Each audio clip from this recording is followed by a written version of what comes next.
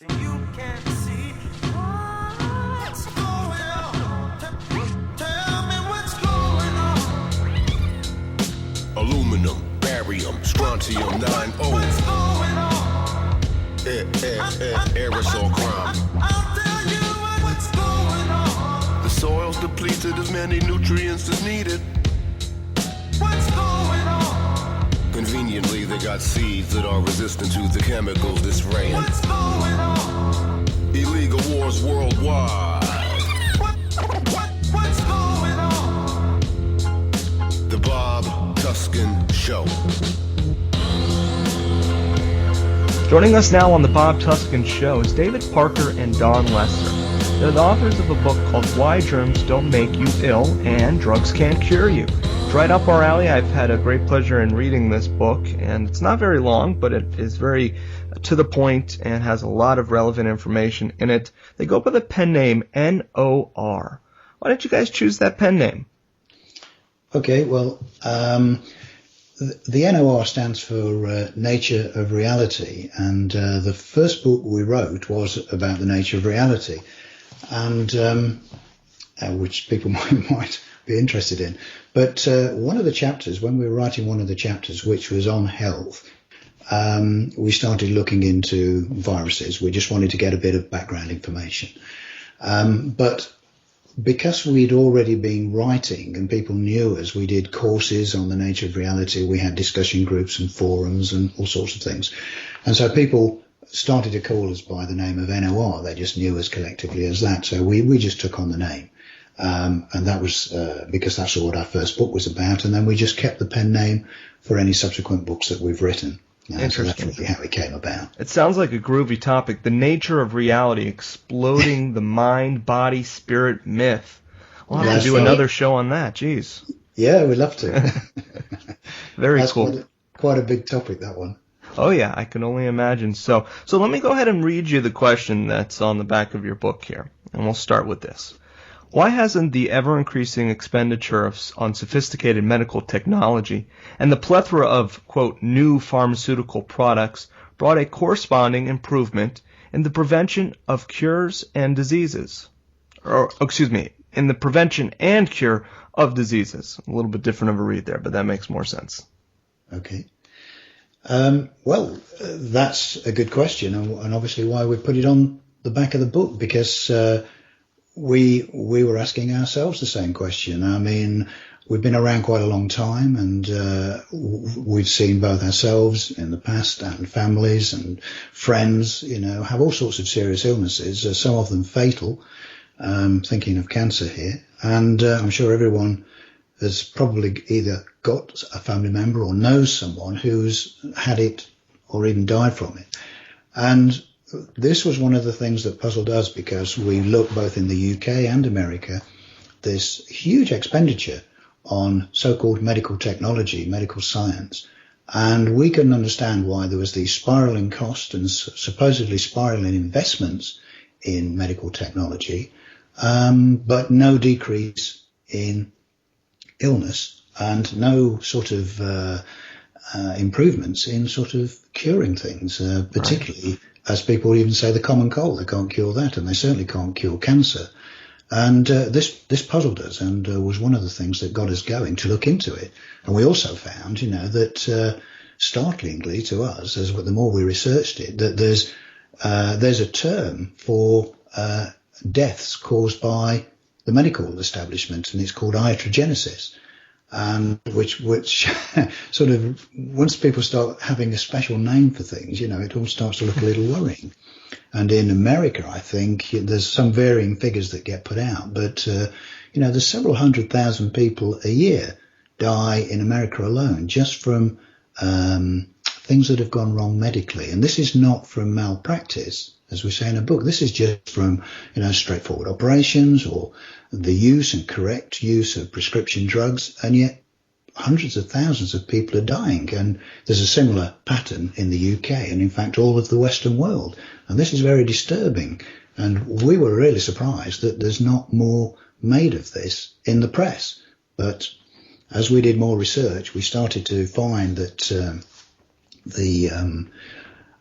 unholy grip that the pharmaceutical Right. companies have got on the media and governments also, with their very powerful lobbying of governments around the world, that a lot of this information is suppressed, and many of your listeners may know that. I mean, it's probably a tale in itself to talk about how the media is manipulated and how this information is kept from the public. And it's only through shows like yours that the general public can start to learn the truth about what's going off in many fields, not just health, whether it's sort of geopolitics but particularly our concern is health. And it's quite a scary story once you start. If we don't have our health, then all the other stuff is a lot less relevant in a sense.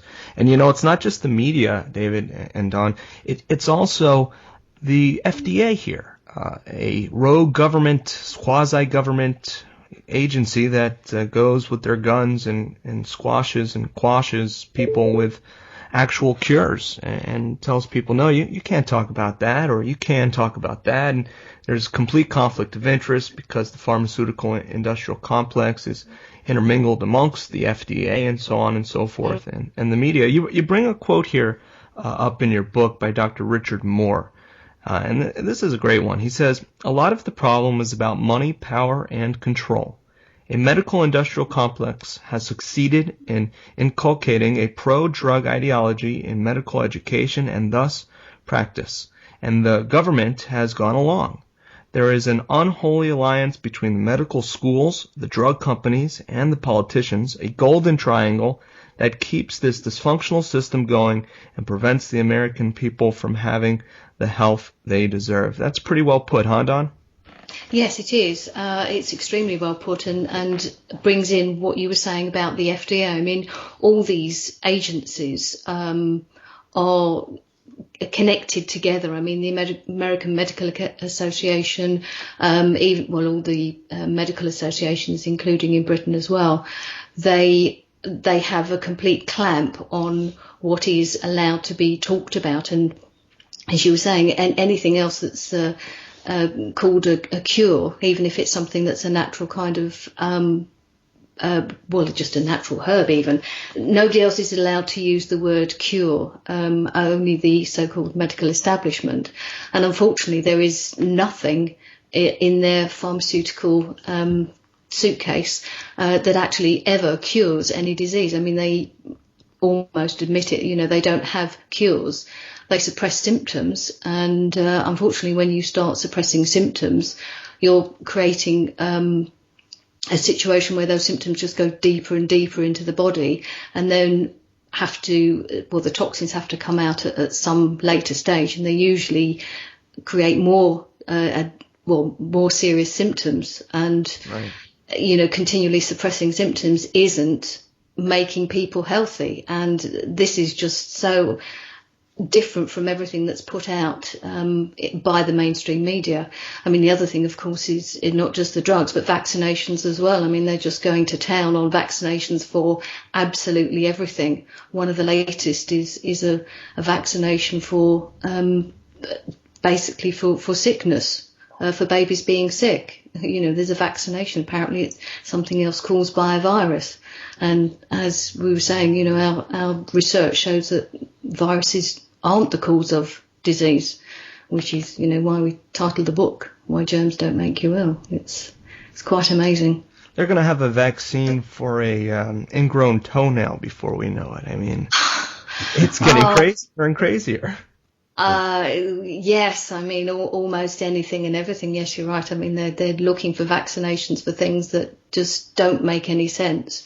I mean, what illnesses actually are. I mean, any baby that's sick, or even any human that's sick, whether it's a baby or an adult, the sickness is because the body's expelling something, and so to stop that, that's a natural process, and to stop that is really quite worrying, because it just, as I said, puts whatever's going on deeper and deeper and makes people more ill.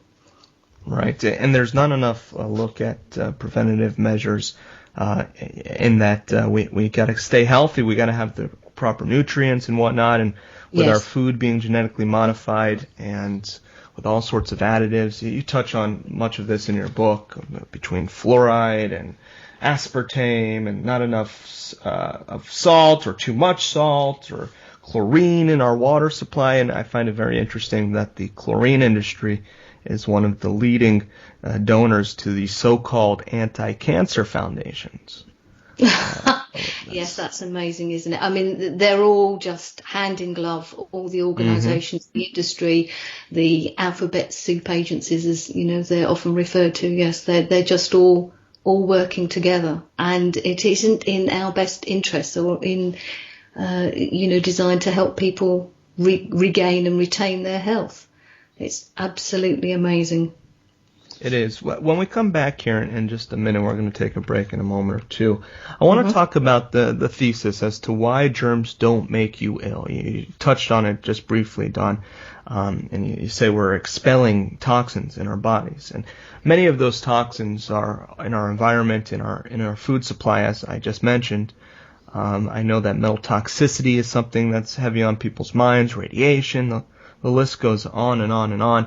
But many people have been sold a bit of goods that a virus is the cause of everything, and germs specifically. And we've talked about the HIV virus in great length on this show, the HIV fraud, the boogeyman that's not actually tested for. It's the antibodies that they're looking at, right? So it's nothing too different for our listeners to wrap their heads around this, but I think it's very interesting. And I think the second part of your title of your book, Drugs Can't Cure You, well, I think most of my listeners are already aware of this information and they see right through that. However, there are things that can help you, like B17, hemp oil. I mean, the list goes on and on and on. We're talking with David Parker and Don Lester. They're the authors of the book, Why Germs Don't Make You Ill and Drugs Can't Cure You. This is just an absolutely fascinating book. It's not very long. It's only, 60 plus pages, and it's a great read. You should definitely check it out. You can find it at howtobenaturallyhealthy.com. We'll be right back. The Bob Tuskin Show. And welcome back to the Bob Tuskin Show. Again, we're talking with Don Lester and David Parker, and we'll just go ahead and ask the question, why germs don't make you ill. David? Yeah, sure. As I said, when we started looking firstly at viruses, and that's when we came across the HIV AIDS controversy, and as we looked at it with an open mind and saw, as we looked into the science and tried to trace back for original papers and the work done by Gallo and various other people, to cut a very, very long story short, we soon saw that there was no real science there, and that there was no virus that caused AIDS. So once we'd established that was being put forward by the medical establishment was untrue, we thought, well, okay, if they're wrong about that, what else could they be wrong about? So we started systematically to, first of all, go right back to square one and look at the germ theory itself as sort of proposed by Louis Pasteur about 150 years ago. Why don't we review that for those that don't recall? What is his essential germ theory? Well, basically, we must remember that Louis Pasteur was a chemist, so he wasn't a doctor, he wasn't a medical man as such, he was a chemist. And in the days when he was looking at things, shall we say, they only had optical microscopes. And obviously they saw these things in the blood, which are bacteria. And whenever they looked at them and whenever they saw sort of diseased or dying tissue or cells in the body, they saw clusters of various bacteria around them. And then they made the assumption that obviously the bacteria had caused that tissue to die. That was the basic misinterpretation. And we like to use the analogy that to do that is the same as, because you see firemen always at the scene of a house fire trying to put it out, it would be the same as someone mistakenly blaming the firemen for actually causing the fire, just because they always see them there. And this is the basic mistake that Louis Pasteur and certain others, it's certainly not everyone. There were lots of people in the medical establishment at that time who knew that Pasteur was really off target with what he was saying and expected his theory to, and it is a theory, it's still called a theory today, they expected it to just die away and disappear, but unfortunately it didn't, because people very quickly saw that there was money to be made in this, because while ever you can blame, in this case, bacterium of one sort or another to be causing a disease, then someone can sell you a medicine to kill that bacteria. And that's really how it started. But we thought, well, okay, we can see how this came about, but let's have a look in modern day times. Let's have a look if there are any scientific papers, original scientific papers, that actually conclusively prove that a specific bacterium is the specific cause of a particular disease. Simple enough question.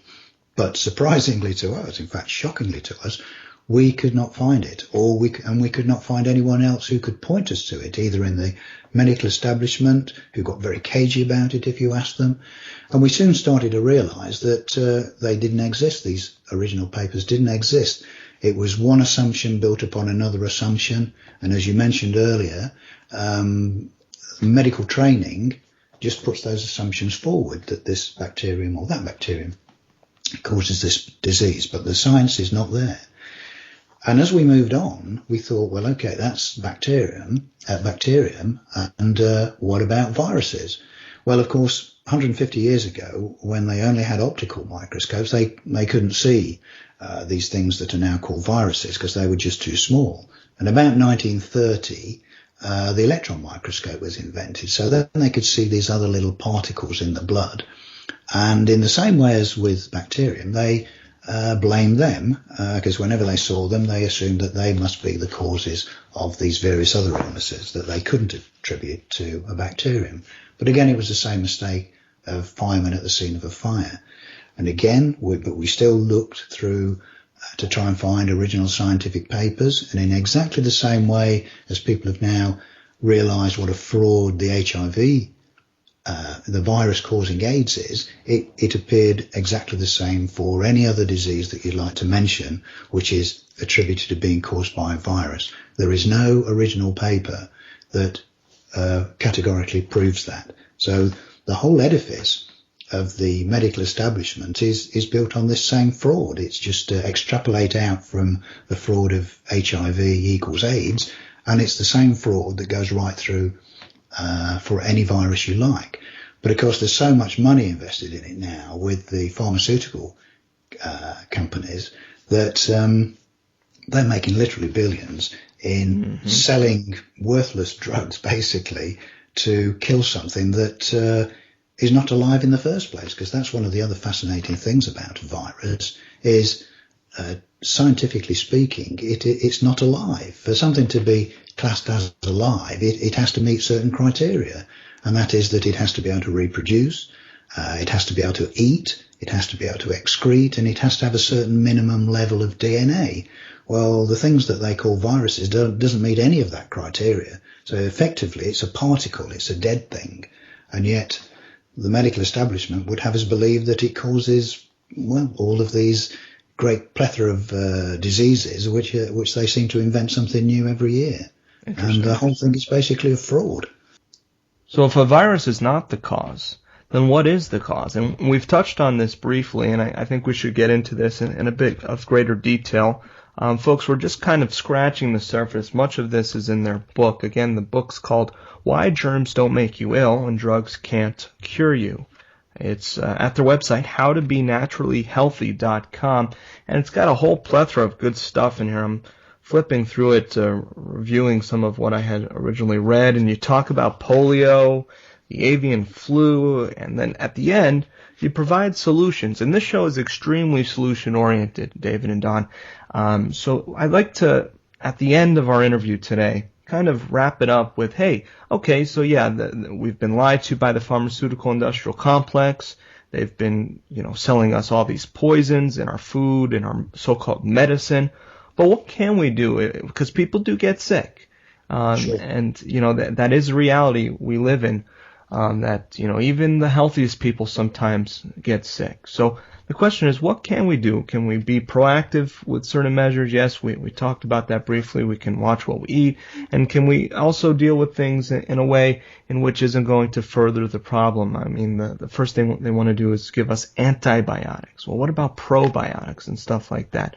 We'll come back in just a moment with our special guests tonight, David Parker and Dawn Wilson. The Bob Tuskin Show. All right, welcome back to the Bob Tuskin Show. We've been discussing the book Why Germs Don't Make You Ill and Drugs Can't Cure You.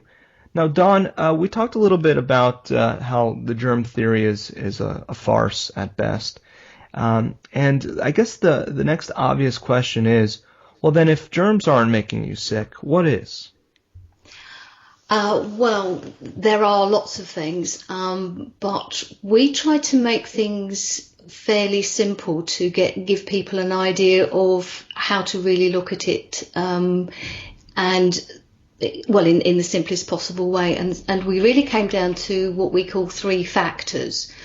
And when there's an imbalance in the body in any one or any combination of these 3 factors, then it will tend to create some problems in the body that's called disease, but what we actually perceive as disease are just the symptoms.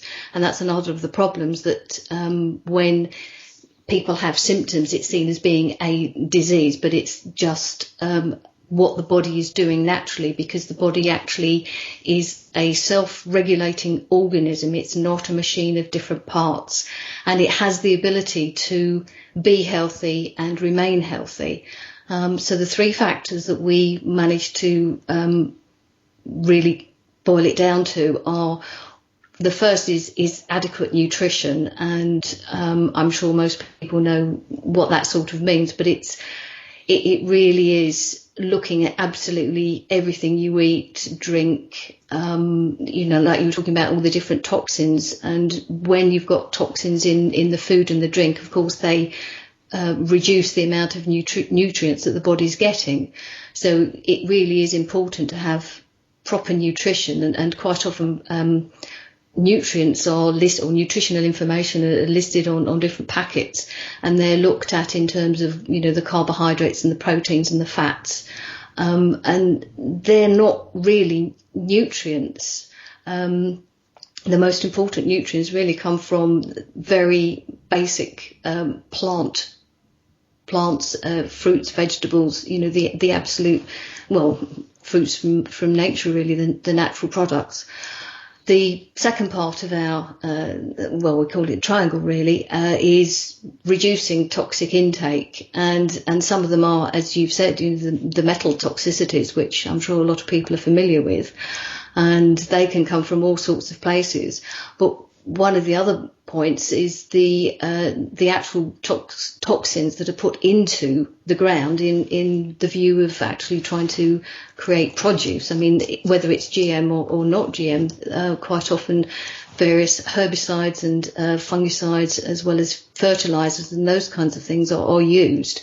And not only do they create a problem, but they actually persist, and they can persist for decades. So but as well as those obvious kind of toxins, there's all sorts of chemicals that are put into our household products, the personal care products, all those kinds of things. And I think we even mentioned in the book that somebody said, if you read, reading some of those labels, you almost need a degree in chemistry to understand what on earth is going on or is in the products. My rule of thumb, Don, is if I can't read the words, if I don't understand it, if it looks like a language from Mars, I stay away from it.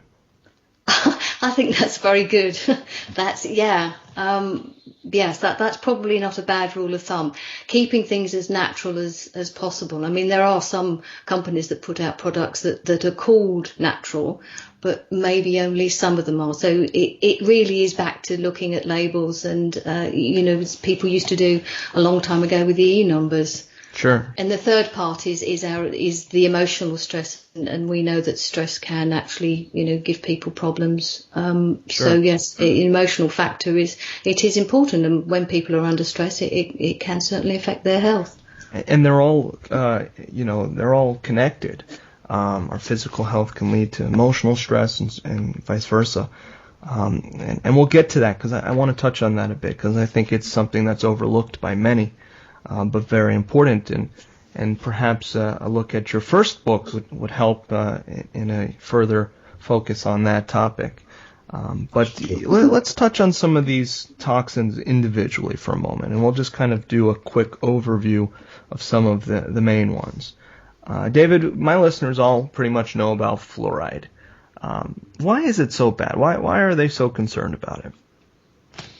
Well, as probably your listeners know, fluoride is an additive that many water authorities, certainly in the UK and in America, add to the water. But again, if you look into it, there is no scientific reason for doing so. There is no case, and I mean no case, to prove that fluoride does any good. I mean, I know it's sold to us on the basis that you're going to have less tooth decay.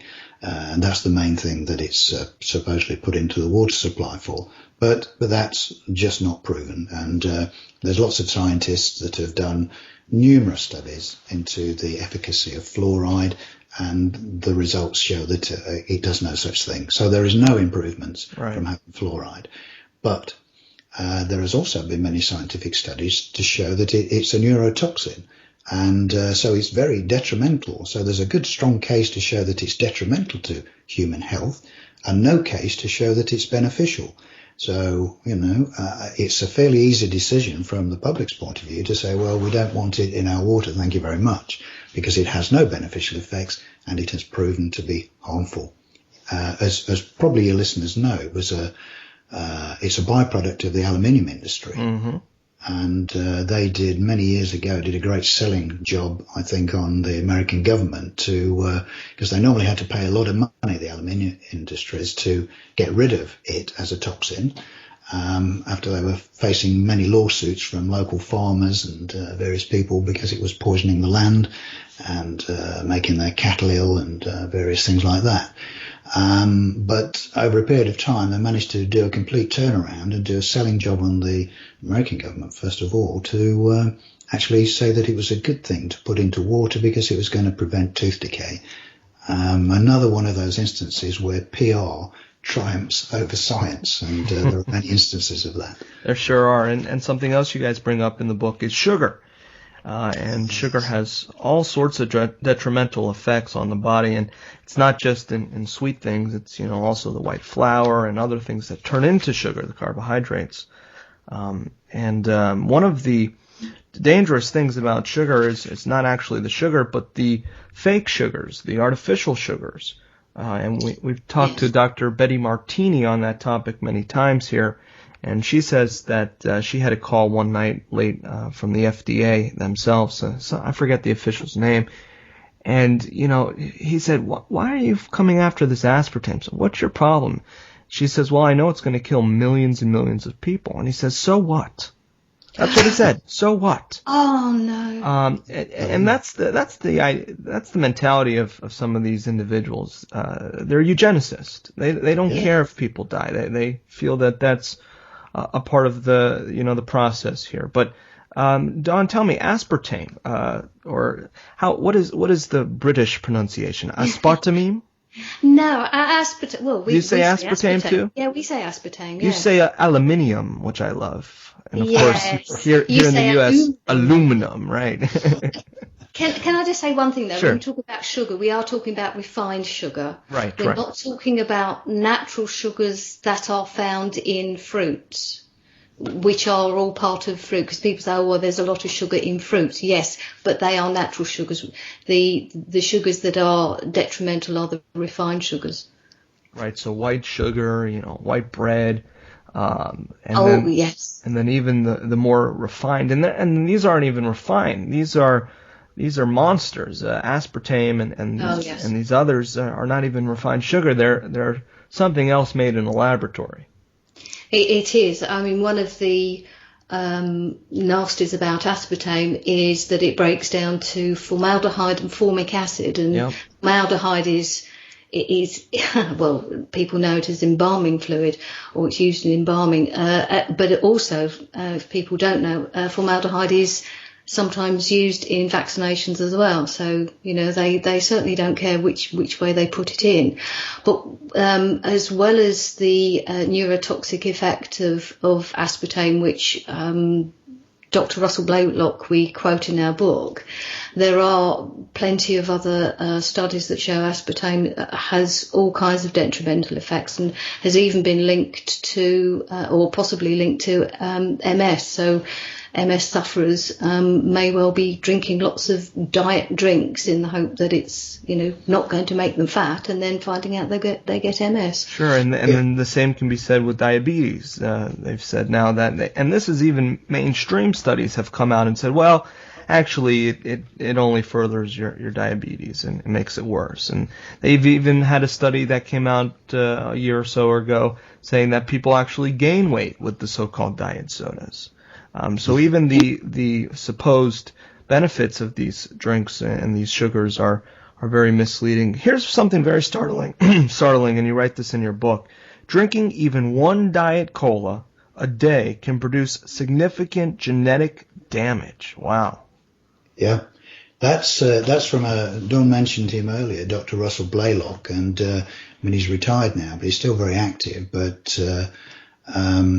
he's a mainstream doctor, and so all the more powerful that he should condemn aspartame so severely. He's quite unequivocal about saying, it should never have ever have been allowed onto the market. It is so damaging, and I recommend anyone sort of look him up and have a read at some of his stuff, and they will see for themselves. He's aspartame is just an awful thing. I mean, as you've just said, it's this can cause damage right at DNA level. So the sort of ongoing damage from this stuff is, well, who knows what's going to happen in a generation or two's time. Yeah, it'll be scary to see, but at least we'll be preserved or embalmed. We'll be good mummies for a scientific study hundreds of years in the future. Which is a scary thought, but not far from the truth. And you mentioned that it should never have been okayed. Well, at one point it wasn't, but a guy by the name of Donald Rumsfeld decided, hey, he pulled a few strings here and there, and next thing we know, people are drinking diet soda with loads of aspartame. It's a real scam. Exactly. And as you said earlier, it just shows what little concern these people have for human life. Well, you wonder sometimes if they would feed this to their own families. And many of them don't, but many of them don't even care about their own lives, let alone others, And if you don't care about your own life, then nobody else really matters. In regards to cancer, and on that note, most oncologists would not take their so-called treatment themselves. Exactly. Yes, we've read that. Which is very telling, isn't it? Yeah, very telling. Yeah. So, and that's a whole different show, and a very important one. We've talked about cancer almost nearly as much as we've talked about AIDS. And cancer, I guess, for a while there was, and this is interesting here, for a while the research on cancer was looking for a viral cause for it. And that kind of dried up after a while, and they shifted their gears and found AIDS. But they haven't stopped with the fake cancer information, and they want to convince us that it's genetics, that it all has to do with, how we're born, and we have, PR stunts from Angelina Jolie being preemptively, taking off a breast and so on and so forth. And I guess it's a similar myth. No, genetics is not the major factor, if at all a factor, with cancer, just as germs aren't and viruses aren't the cause of many illnesses. It's, again, your environment, the toxins that you're exposed to. Is that right, Dawn? Yes, it's everything you put both in and on your body. the amazing thing is that the human body is capable of dealing with a certain level of toxins. So it's not about being absolutely pure, because, well, certainly the way things are at the moment, that's just about impossible. But as long as you give the body the best conditions possible so that you minimize your toxic intake as far as you can, and you maximize your nutrition as far as you can, and you try and keep the emotional stress to a reasonable level, because, you know, we know sort of adrenaline kind of fires you up and it can be exciting, but Sure. the chronic persistent emotional stress, you know, can be damaging because it just creates free radicals. And so getting a good dose of antioxidants regularly every day, you know, is important. And as I said, you know, the body can actually cope with a fair amount of it, but it has to be given the right conditions for doing so. And I mean, it's more amazing than it's been given credit for. And as you were saying before, you know, with the genetics, I mean, they play almost no role in actual disease, because there are many studies where people have moved from one area, well, different part of the world, where they're fairly healthy because of the type of diet they have. I think they've used this with Japanese people who then migrate to the US, take on the US diet, or not the one obviously that you'd have, but the standard American diet. And then they take on the American diseases. So it's not in genetics. It's everything to do with, you know, what you eat, drink, what's in your environment, and the better you look after yourself. And that's it, really, to take responsibility. The better you look after yourself, the more chance you have of restoring your health and maintaining it. And this is true of cancer too. You know, Right. Cancer does not need to be the scary thing that that's held up as the boogeyman, as it were. You know, the body, as Orna said, you know, there is no reason why you should go down with cancer if you maintain the three things that we've mentioned, all of which are natural. They don't cost money. And even if you ended up, because you'd not looked after yourself properly, and that you ended up with some sort of cancerous growth in your body, the body will restore itself again if you give it the right nutrients. You might have to step up the nutrient levels for a while, but if you attend to those three things, the body will heal itself. You know, we would say the last thing you want to do is to go down the route of chemotherapy, because chemotherapy is, by their own admission, are poisons. And there is no way that you can poison the body back to health. I mean, it's just It makes no sense on the surface. I mean, geez, whoever came up with that idea is, not thinking straight. All right, so just to recap, and I appreciate this interview. It's been great. Much of the illness is caused because of an imbalance in adequate nutrition, toxic load on the body, and emotional stress. And in order to gain your health back, to restore good health, we have to find balance in these areas. And detoxing, of course, many of the poisons that you've already put into your body is very important. All right, well, it's been a pleasure. Thank you both for coming on. HowToBeNaturallyHealthy.com is the website. Why germs, some, if you will, and drugs Those crazy ballets out of town. Chase those crazy ballets out of our town. This has been another edition of the Bob Tuskin Show. Activism in action. Now go plant some seeds.